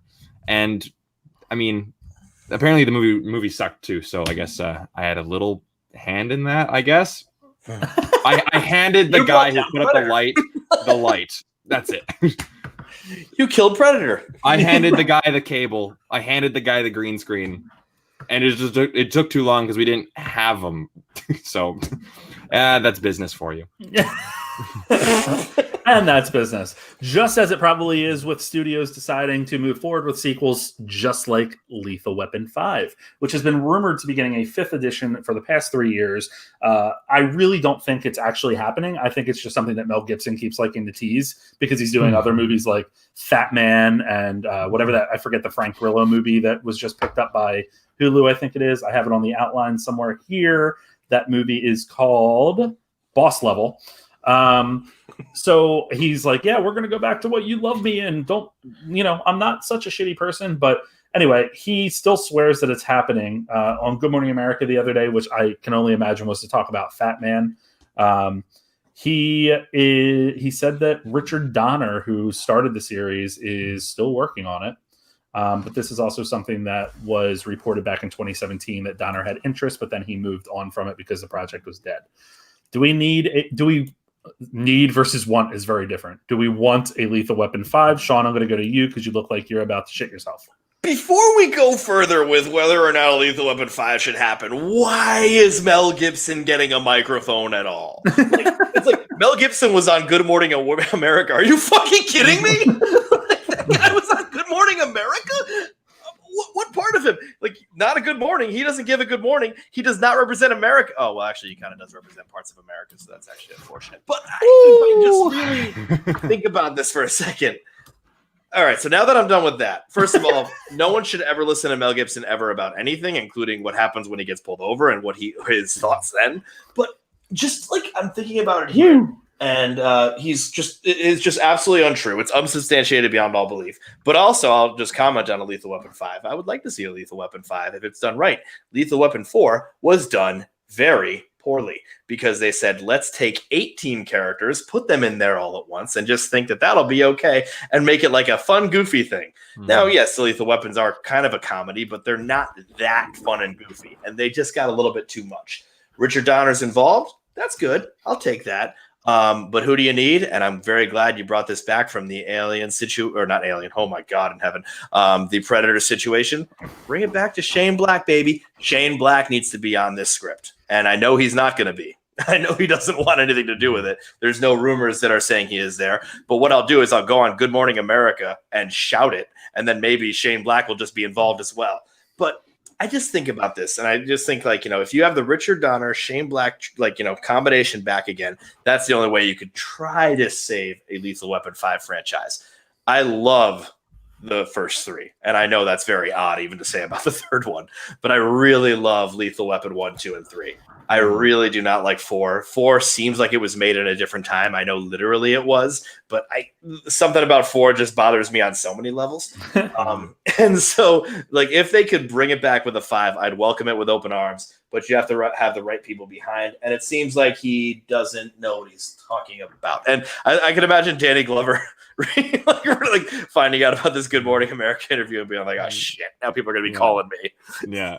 He's really too old for this shit. I was gonna bring it in. You did it for me, though, buddy. I'm happy. Okay, I can just imagine Mel Gibson going, "I just get lethal weapons." It's empty. It's empty. I had it over there already. But it's so funny though. Okay, do you guys have Earl's in the States? The restaurant Earl's? No, I don't think so. No. Okay, it's kind of like a higher end restaurant, and the Vancouver stereotype is that everyone loves happy hour. From 2 to 6, drinks and certain food is half off. 2 to 6. From 2 to 6, yeah. Ours is 4 to 6 or maybe an hour. Yeah, 2 to 6. Our happy hours are long, and there's this one meme where it's arriving at Earl's happy hour, and it shows Mel Gibson all dressed up nice, and he has an Earl's thing he's going. And then leaving Earl's happy hour, and Earl's has these special beers that they give out, and he's on the floor and he's drinking all of them, and it was pretty funny. It's a very BC joke, but again, it's we don't have any other original ideas. Let's bring back Lethal Weapon. Of course, it is a franchise. It is franchise that people know. I actually watched Lethal Weapon, the whole franchise for the first time this year. Oh, interesting. I love the second one. That's probably my favorite. Mm-hmm. Love it. Third one, it's okay. Yeah. Third one or fourth one, yeah, it's okay. Again, it's just a fifth Lethal Weapon movie. Again, if the whole like I'm too old for this shit, that's kind of like the whole vibe of the movie. And you get these two guys where Danny Glover is the stay-at-home cop, dad, family man, and then Lethal Weapon is Mel Gibson, right? He's just like out of fucking control. If they can do that, sure, it can work. But then again, who knows? Who knows? Do you feel the same way about a spin-off of a series? Like 21 Jump Street is getting a spin-off that will be fronted by two women. The rumored name is Jump Street Now for Her Pleasure. And the all right, yeah, I could see it. The title got me. Back when they first announced that they were doing a spinoff, the original people they were going after were Tiffany Haddish and Awkwafina, which I actually love that combo. I think that would be great. But this film was also written by the Molyneux sisters, the Bob's Burgers writers, who are now on Deadpool 3. Is this something you think would be interesting to see, Brando? If the trailer looks funny, sure, why not? Again, it's kind of hard to tell with comedies because, you know, you can give me a premise and say like, okay, that sounds inventive. But with a 21 Jump Street spin-off, which is also a movie based on a TV show from the 80s. 80s, right? Anyway. Again, just let's see a trailer. Let's see how funny it is. And again, then you risk putting out all the funny moments in the trailer. So yeah, again, we'll see. Yeah, I'm with you there.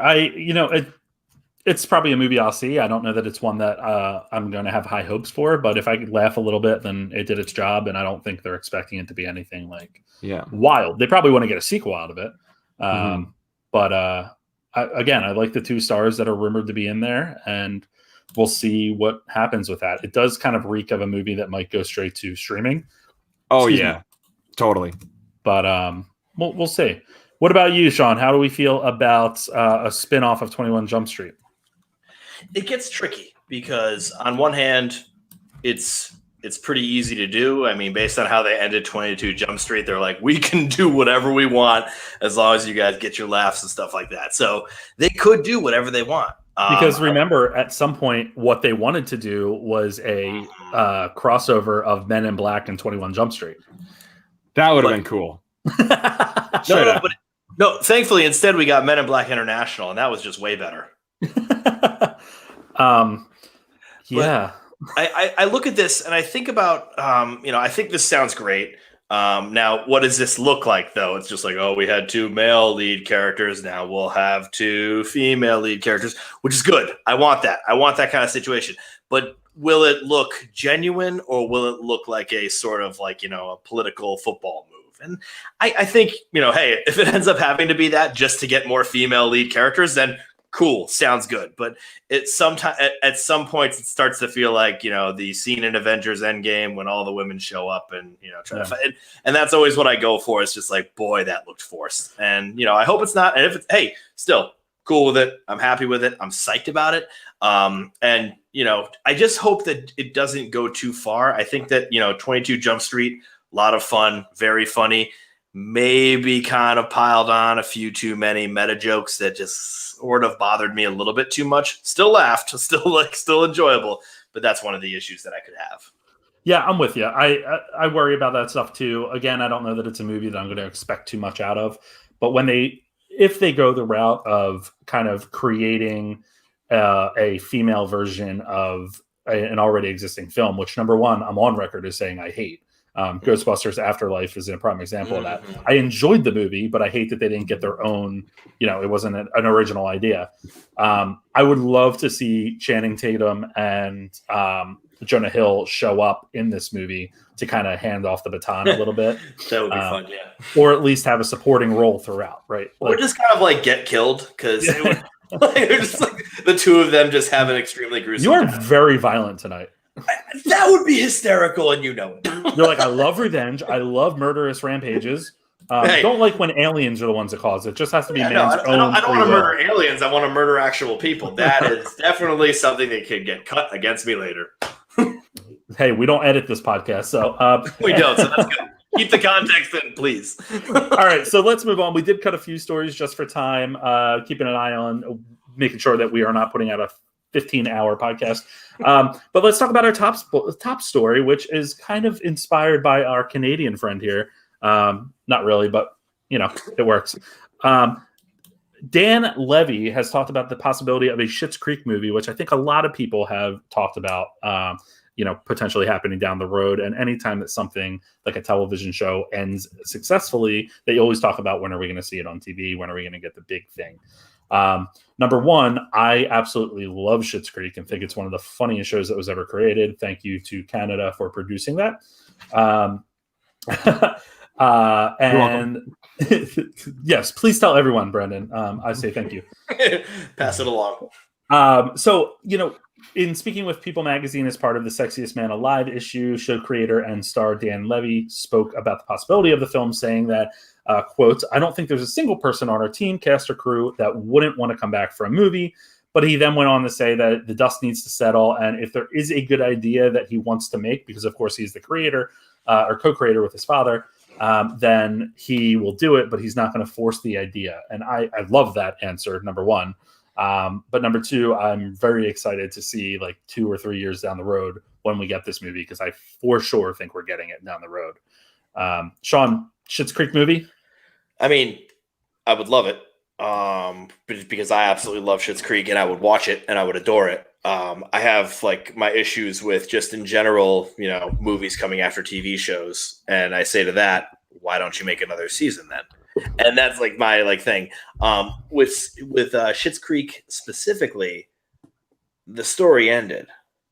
I can't see them going for. I know they can go further with each of their lives and stuff like that because some of their lives are beginning. But genuinely, the story ended. Now, could they do a movie in a different situation or just follow certain characters? They could. I've seen how that goes. I've seen El Camino. I don't want to see El Camino ever again. And by the way, I'm referencing El Camino, the Breaking Bad movie that came out of a TV show. And I unfortunately did not love that. I know some people did. I think that most of the time, the movie that comes out of the TV show is unfortunately a bit of a disappointment. It never really works the right way because I will say movies and TV are rather different.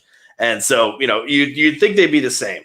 Now, once again, here comes the hypocrisy alarm because the Many Saints of Newark coming out, the Sopranos movie that's going to be a Sopranos prequel, I am going to ingest that heavily and quickly because I cannot wait for a Sopranos movie that is a prequel. So once again, giant hypocrite. I just worry with something like Schitt's Creek. Amazing. I want to watch everything. But will it do the story justice? Is it needed to be told for the sake of the story? Because I think they zoomed it up perfectly. Zoomed it up is not a way to say that. They zipped it up. No, that's not. I don't know what I'm saying. They wrapped it up just as you are doing right now. Brandon, thoughts? I mean, I actually have not seen Schitt's Creek yet. I'm not a big TV guy, only because to me, whenever I can't start watching a show without knowing that I have enough time to finish it. I'm hoping 2 Mounties come into your room and take you away right now. By the way, we don't actually call them though. I know they're actually called, but we don't actually call them that. The photo of the actual Mountie. I don't think people have actually dressed like that since the 1930s. We just have it for shows and movies. TV shows, movies, jokes. Whenever there's a new prime minister, Remembrance Day, which you guys call Veterans Day, it's the same thing. It's a funny joke for sure. I can't help it. Yeah. Why do you think all of us Canadians are just horny perverts? We call our police Mounties. And the capital of Saskatchewan, and I'm not joking here, is called Regina. That is the capital of Saskatchewan. Yeah, there are people in central Pennsylvania. We have Intercourse, Pennsylvania. So I see your Regina. Intercourse, Pennsylvania. Oh, where'd you guys meet? Well, I'm from Intercourse, Pennsylvania, and she's from Regina, Saskatchewan. And There's got to be some other. And here's our 12 kids. And here are 12 kids. And here is Brendan's thoughts on if a Schitt's Creek movie should come. Yes. You know what? You said that wrong, man. Anyway. No, Sean's right with the whole like TV show to movie thing, because most of the time, and I'm not an expert on this, but I'll use the Entourage movie as an example. That is a hour-and-a-half long episode of Entourage. It's not a movie. It is an hour-long episode of Entourage. Because as soon as you like, that's the thing. It can either be just a really long episode. It's like if they made a Friends movie. Would it just be like an hour-and-a-half long Friends episode, or would you try to make a movie, but then it gets cinematic and you're like, this isn't Friends? So you have the people who want a movie, people want a long episode. It's hard to, but hey. So I'm going to say the only way it would work is if they killed Chandler off or something like that. Yeah, if you're killing off anyone, you're killing off Ross. I actually think he is one of the unsung heroes of that show. Oh, totally. I'm like him all the time, but he needs to die. But Sean, how is he going to die if you're talking about murder? Is he going to be in the Bruce Campbell movie? He's going to be going to Black Friday sales and trying to get a PlayStation 5 for one of his two kids with different women. Oh my God. Which the show didn't know what they were doing with the character. Anyway, moving on. Sex and the City is also one of those shows that is very similar to what you're saying, Brandon, where it's like just a longer episode. But I think my idea with Schitt's Creek is doing like a Where Are They Now spoof with Moira Rose and then looping in the family in some way. I think that would be hilarious. Like I can just see it starting with like, hello, you, or like, her, how she talks and stuff. But I don't know. I love that show. So any reason to watch more of it would be great. Are there any TV shows that went on to become movies that were actually good movies? I gotta look that up. TV shows. I honestly looked it up earlier and I could not, unfortunately, find one. I think Teenage Mutant Ninja Turtles were good adaptations. Well, we got to be the first movie. Anybody? Well, that one is amazing, but we got to be careful here because something like Teenage Mutant Ninja Turtles. Would that be considered? How can I put this? Is that the movie of a TV show, or is that an adaptation? And that's the one thing I can start to think of is because, technically Teenage Mutant Ninja Turtles was an animated show. They did a live action adaptation. Now you could say, shut the fuck up, Sean. There's no real difference here. Who cares? But there's something about it where hey, if they did a Sex and the City movie with other actresses, animated actresses, if they were animated or if they were just other actresses playing those, that I wouldn't consider that a TV show movie continuation. But that is just me. I don't know. I actually have a list here. There's actually quite a few. The best one, obviously the best one, which I didn't even think about, is Good Burger, based on the Nickelodeon show All That, with starring from The Godfather, Abe Vigoda. Anyway, Abe Vigoda is in it. Oh, I forgot. We got Baywatch, Beavis and Butthead Do America. That's actually a legit. Awesome. Oh, I now have one that I'm just going to cut in quickly. And South Park, Bigger, Longer, and Uncut. Yeah. But they literally had one or two seasons, and they're just let's make a movie. That's also a long episode, though, I would argue. I haven't seen that one yet. Because it's the same shit they usually do. It's just a bigger story. It is. I'm trying to think. It seems a little bit more, and here's our word we're going to use. It does seem a little bit more cinematic in how they do it. I think it is the same sort of structure of a TV episode, maybe, because it gets a little bit larger, and then all of a sudden it culminates into something gigantic, and then there's a very quick Deus Ex Machina that saves them. So, that's something I got to think about. Did you guys know The Equalizer was based on a TV show? Oh, I didn't know that. Didn't, but it also that's kind of similar to how I didn't know Mission Impossible is based on a TV show. It got bigger than the original. Yeah. Why didn't I think of that? Mission Impossible, yeah. But that's one where I consider it an adaptation instead of a movie coming from a TV show. Because it's not the same actors. And that's where I'm looking at it. Yeah, because when I saw it with Scooby Doo, and it's you can't really put Scooby Doo in there because Scooby Doo is an animated movie. It just doesn't really work the same way. Yeah, then you get into the whole it was it was a movie first and then a show, and then that show spawned more movies. That, like, Winnie the Pooh did that too. You know, or Pokemon was a show first. Power Rangers. I'm just going down the list. Recess, Saturday Night Live. So you got Blues Brothers, Wayne's World. Recess kind of works. And Power Rangers actually works too in the original films, because they were films based on they had the characters from the show in those films. Same with Star Trek. Yeah, true. Those ones actually did turn into movies. Yeah, like those are legit, cinematic movies, not long episodes. Genuinely, like actual, like that's. I didn't even think of those. Yeah, Star Trek's a big one.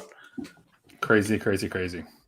Well, hey, let's wrap this conversation up. I want to talk about all of the new movies that we have coming out, and then we are going to talk about some of the future movie releases. And I'll just ask you guys your excitement level for each of those when we get to them. Sure. But let's start off with what we have coming out this week. Christmas on the Square is now available on Netflix. That is the Dolly Parton movie. Hillbilly Elegy is on Netflix. That's now available. Brandon, did you watch Hillbilly Elegy? I did. It's weird. I reviewed it and I'm like, oh, this is gonna be like an Oscar movie. And then I saw the reviews come in. I'm like, oh wow. Like, and people started messaging me going, is this a real review? Like, are you fucking with us? And I'm like, no, I'm being serious, guys. Sorry. This is a movie that I actually really enjoyed, and everyone just, And it's funny. Like, the script sucks. Why does it suck? I don't know. It just does. Well, just tell me more. The big thing is that it's not faithful to the book, which, shut up and watch the movie is what I say to that. Like, read the book if you want to read the damn book. Like, or ask the guy what actually happened in his life. So Iron Mask is on video on demand. That's now available. Taylor Swift's Folklore, the Long Pond Studio Sessions, is sort of like a documentary musical, showing the behind the scenes of the kind of what went into that. That's coming out on Disney Plus tomorrow. I know a lot of people are pumped about that. The Croods New Age is in theaters tomorrow here, which is what Brandon talked about earlier. Let Him Go, which we talked about a couple weeks ago with Diane Lane and Kevin Costner, is hitting video on demand tomorrow, Wednesday. Happiest Season hits Hulu tomorrow on Wednesday. The Christmas Chronicles 2 hits Netflix tomorrow, Wednesday. Uncle Frank, which my review for that will be coming out sometime tonight, which is Tuesday. It will be on Amazon Prime Video tomorrow. Between the World and Me, which is the adaptation of a book that was on HBO Max this past weekend, is going to be free on HBO Max to anyone, regardless of subscription or not, from November 25th to the 30th. Super Intelligence, which is starring Melissa McCarthy, hits HBO Max on Thursday, which is Thanksgiving here in the States. And then Black Beauty, which is a film that it's a remake of, the horse film. From years ago that I had heard about a while ago. And then suddenly when I was looking at the list of films coming out, I'm like, oh, that's coming out Friday. Okay. Well, cool. That's a dump. So that should be interesting. Let's talk about future movies that are coming out. We found out that Freaky is hitting premium video on demand, which means it will probably have like a $19.99 cost on December 4th. Brandon, you talked a little bit about that to us, about how it's kind of like one of those you either love it or you don't type of films.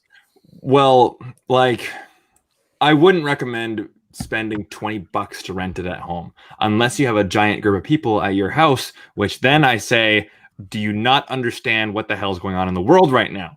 Anyway, but you know what? If it was free on Netflix, or if it was free on HBO Max or on Amazon or whatever, I would say if it interests you, go check it out. But I don't think it's worth spending $19.99 on. Yeah.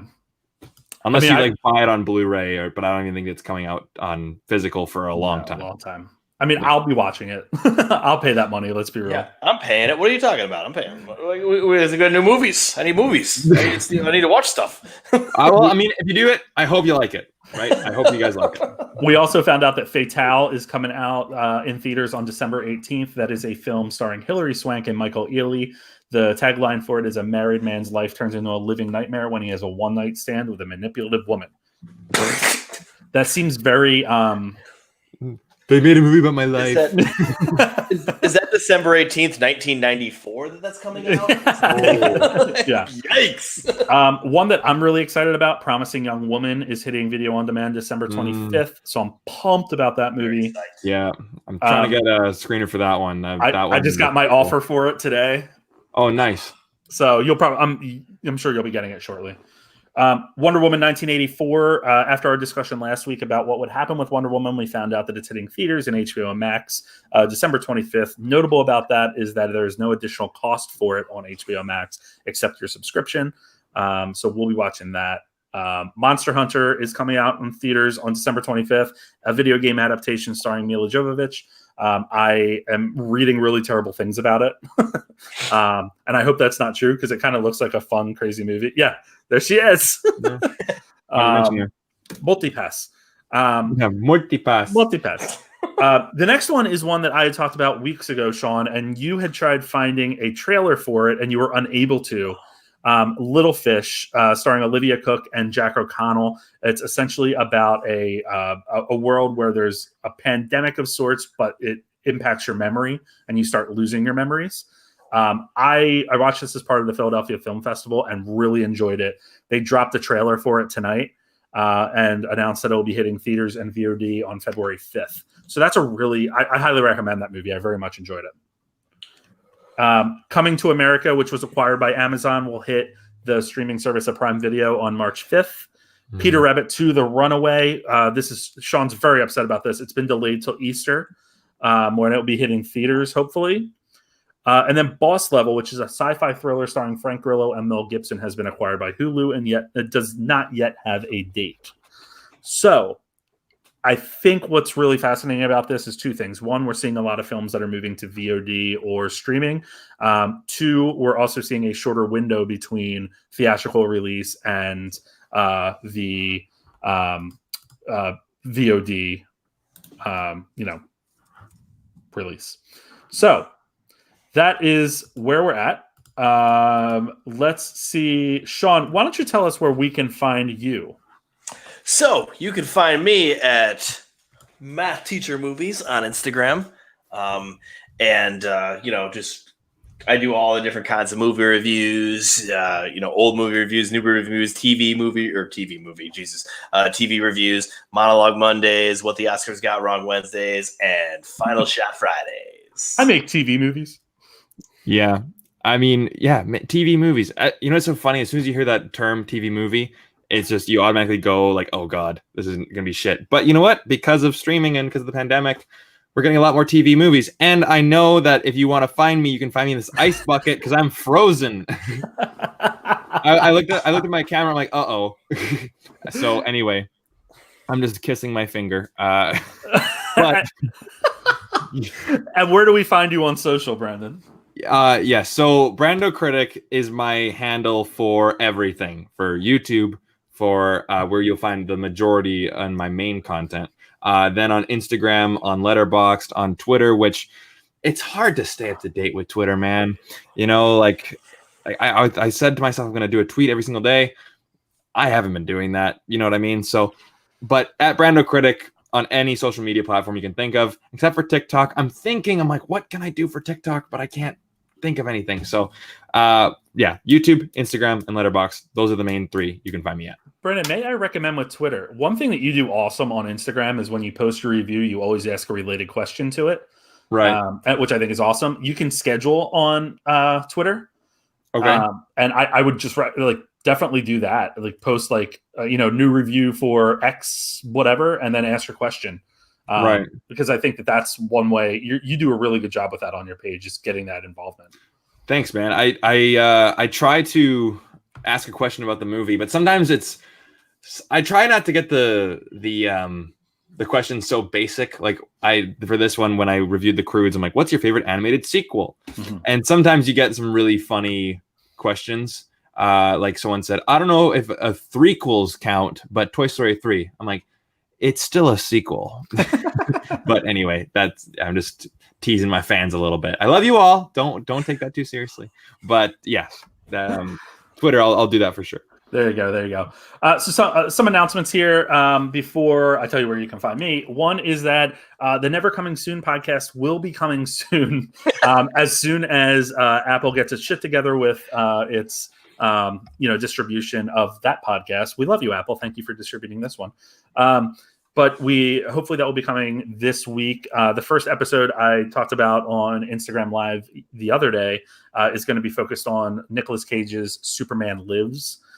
From the mid 1990s, so that's going to be it's a lot of interesting information about what could have been with Clark Kent.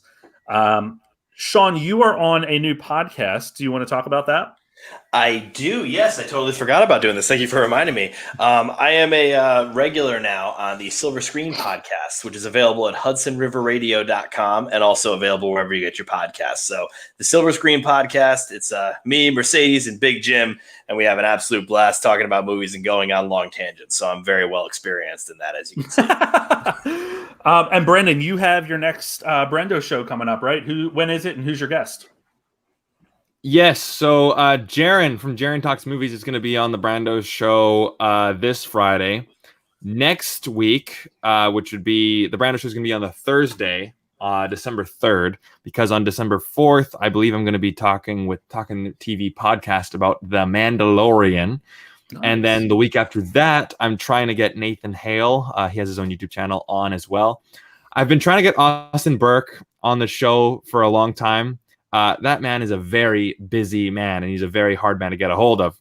So we're fingers crossed for that. And then I've been trying to get Jeff from Films at Home. I've been trying to get him on. He agreed to it, and then he kind of got cold feet. But then again, he doesn't do streaming. So again, it's not for everybody. So totally, that's totally fine. I'm still trying to convince him, but again, we're trying to get some bigger names on the show as well, but those are the names that you'll be able to find on the Brando show coming in the next couple weeks. Bigger names, huh? Well, fuck us. We were on it. No, I'm kidding. You know what I mean. Bigger than me. Come on, man. I'll also be on the Hallmarkies podcast on Wednesday of this week, talking about made-for-TV movies. 2 films from the Hallmark Channel. They're like 40 Christmas films. One of them I actually really enjoyed for a made-for-TV movie. The other one I did not so much. So it's a really good conversation with Rachel Reviews. So check that out tomorrow. You can find me at guidetomovies.com. Guide to Movies on Instagram, Guide to Movies 1 on Twitter. I have been playing with TikTok a little bit. I'm actually starting to really enjoy it. And you fall into like TikTok holes when you're on there. So be careful. Last night I was like, where did this hour and a half go? Because it is pretty entertaining. You can listen to the podcast anywhere you get your podcasts, mainly on Stitcher, Apple, Google, and Spotify. And then Sean, PSA here. This is going to be a big one, everybody, but first of all, we always say wear your damn mask, but especially this week, oh my God, you might be with family. Please, if you're going to a place with your family, wear your mask almost all the time. Keep away from them the whole time. If you're hanging out with Nana and Papa, please put a mask on. Please, please, please put a mask on them as well. Be very careful this Thanksgiving. We all love our families. We all want to be around them. We all want to be near them. And I totally understand that 100%, but just be very, very careful. Please. And we have yet to enable sponsorships on this, but I do want to point out a company that I'm familiar with, mainly because a friend of mine is one of the co-founders of it. But it's a company called Wise Guys, WISEGUISE. They made a face mask that is rather durable and has a bunch of different uses. So it is made for someone on the go. It can be snapped into a headband, a wristlet around your neck, but then pulls up and is super comfortable, protects against germs. It's a snug fit so that glasses don't fog up if you wear glasses, which is a big one. That's really challenging with masks. And it secures around the back of your neck instead of around the ears, which is also something that a lot of people have been complaining about. So check out wiseguys.com. It's a really great product. I have been using it for a while now and definitely recommend them. So that is not paid promotion or anything, but just saying if you need a mask and you want it to be comfortable, check that out. There are other ones out there as well. Brandon, thank you so much for being here. We hope thank you for having me. Are going to make it through your battles with your YouTube trolls. We do enjoy they're not so much battles. It's more like a fun ball pit. I've been calling it. Well, enjoy your ball pits. That sounded weird. We are going to move on here and have a great night. Yes, thank you guys.